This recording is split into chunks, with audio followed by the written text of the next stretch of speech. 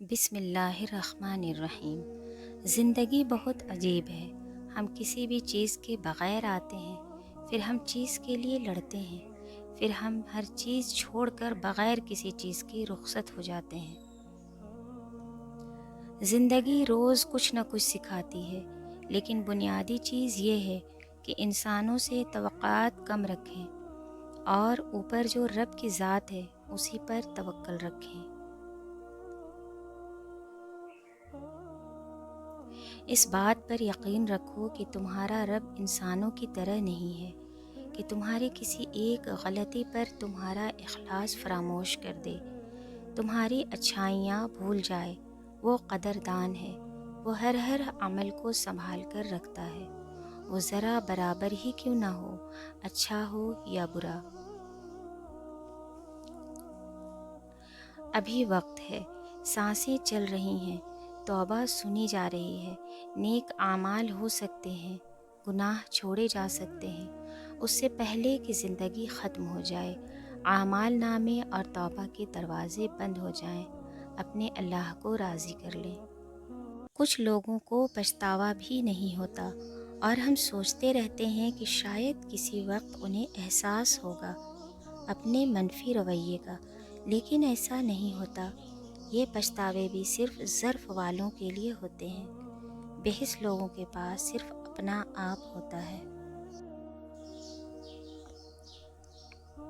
ممکن ہے کہ میں غلط ہوں، میرا تجربہ یہ بتاتا ہے کہ غربت ہمیشہ محبتوں اور رشتوں کو کمزور کر دیتی ہے۔ حضرت علی رضی اللہ عنہ نے فرمایا، دنیا کا سب سے مشکل کام اپنی اصلاح کرنا اور سب سے آسان کام دوسروں پر تنقید کرنا ہے۔ انسان کو بس ایک ہی بار آزمانا چاہیے، پھر جو اس کا رنگ ہوتا ہے بس وہی اس کا رنگ ہوتا ہے۔ اس کے بعد وہ آپ کو نہیں، آپ اپنے آپ خود کو دھوکہ دیتے ہو۔ ہارنا تب ضروری ہوتا ہے جب لڑائی اپنوں سے ہو، جیتنا تب ضروری ہوتا ہے جب لڑائی اپنے آپ سے ہو۔ اپنے ارادوں کو مخفی رکھیں جب تک ان میں کامیابی نہ مل جائے۔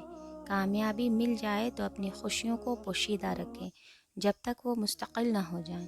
انتظار کیجیے، حوصلہ رکھیے۔ کچھ باتیں پرانی ہو کر زیادہ قیمتی ہوتی ہیں۔ کچھ باتوں میں وضاحت بہت ضروری ہوتی ہے، ورنہ چپ کا زہر ہمیشہ کے لیے کچھ رشتوں کو اپاہج بنا دیتا ہے۔ اپنی اولاد کے لیے سہولیات زندگی سے زیادہ تربیت کی فکر کریں۔ پرندے اپنے بچوں کو پرواز کرنا سکھاتے ہیں، گھونسلے بنا بنا کر نہیں دیتے۔ رشتہ داری میں مقابلہ نہیں ہوتا، اور جو مقابلہ کرے وہ اپنا نہیں ہوتا۔ رشتے مقابلہ کر کے نہیں، بلکہ ایک دوسرے کے مجبوریوں اور پریشانیوں کو سمجھ کر نبھائے جاتے ہیں۔ جس کے دل میں دنیا کی محبت آ گئی، اس کا دل دنیا کی 3 چیزوں میں مبتلا ہو جائے گی۔ ایسا غم جو ہمیشہ باقی رہے گا، ایسا لالچ جو کبھی ختم نہ ہوگا، اور ایسی آرزو جو کبھی پوری نہ ہوگی۔ جب آپ مجھ میں کوئی عیب دیکھو تو مجھ سے کہو، کسی اور سے نہیں، کیونکہ اس عیب کو مجھے ہی بدلنا ہے، کسی اور کو نہیں۔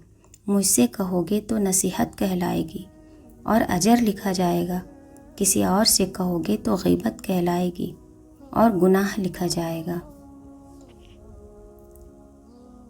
اللہ تمہاری برداشت کی طاقت کو نہیں آزماتا، وہ تمہارے ایمان کا امتحان لیتا ہے، اور انہی کا لیتا ہے جن کو اپنا دوست بنانا چاہتا ہے۔